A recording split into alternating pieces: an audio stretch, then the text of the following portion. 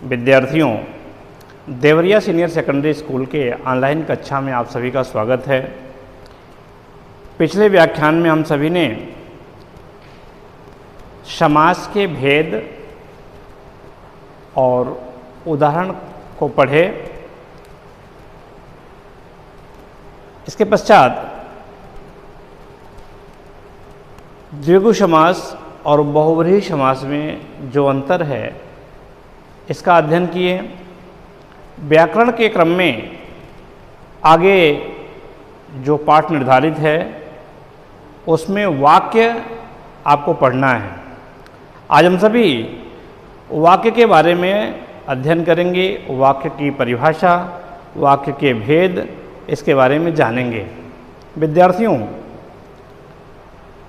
शब्दों का व्यवस्थित समूह जिसके माध्यम से मनुष्य अपने विचारों का आदान प्रदान करता है वह वाक्य कहलाता है।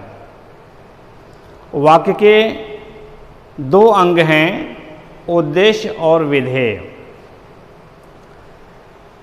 दो या दो से अधिक पदों के सार्थक समूह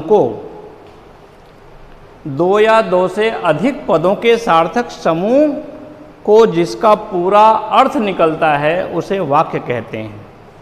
एक बार पुनः, दो या दो से अधिक पदों के सार्थक समूह को जिसका पूरा अर्थ निकलता है उसे वाक्य कहते हैं। उदाहरण के लिए, सत्य की विजय होती है, यह एक पूरा वाक्य है जो पूर्ण अर्थ देता है। यदि इसमें से हम ये कह दें कि सत्य विजय होती है तो यह अपूर्ण अर्थ प्रदान करता है। इसी तरह से राम घर जाता है तो इस वाक्य में हम कहें घर जाता है तो ये भी अपूर्ण वाक्य है। कौन घर जाता है इसका पता नहीं है। इस तरह से हम कह सकते हैं जब दो या दो से अधिक पदों का वह सार्थक समूह जो पूर्ण अर्थ प्रदान करे वह वाक्य कहलाता है।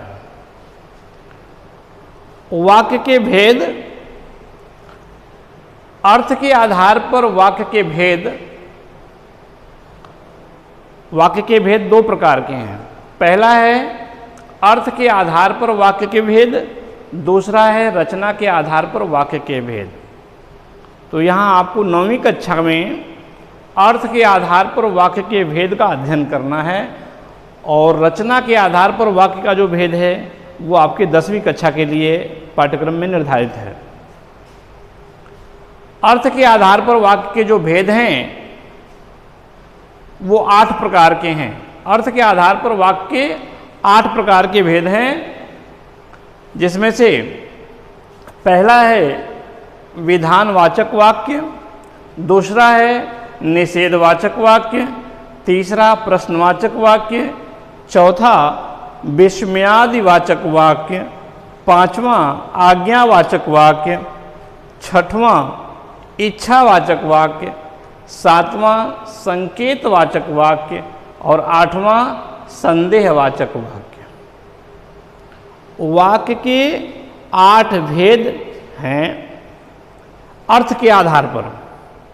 अर्थ के आधार पर वाक्य के 8 भेद हैं। एक बार पुनः जो 8 भेद हैं वो इस प्रकार हैं। विधानवाचक वाक्य, दूसरा है निषेधवाचक वाक्य, तीसरा है प्रश्नवाचक वाक्य, चौथा है विस्मयादिवाचक वाक्य, पांचवा आज्ञावाचक वाक्य, छठवां इच्छावाचक वाक्य, सातवां संकेतवाचक वाक्य और आठवां है संदेहवाचक वाक्य। विद्यार्थियों, जो दूसरा भेद है रचना के आधार पर वाक्य के भेद, तो रचना के आधार पर वाक्य के 3 भेद बताए गए हैं। पहला है सरल वाक्य या साधारण वाक्य, दूसरा संयुक्त वाक्य, तीसरा मिश्रित या मिश्र वाक्य। तो आपको रचना के आधार पर जो वाक्य के भेद हैं यह आपके पाठ्यक्रम में अभी 9वीं कक्षा के लिए नहीं है, यह 10वीं कक्षा का पाठ्यक्रम है।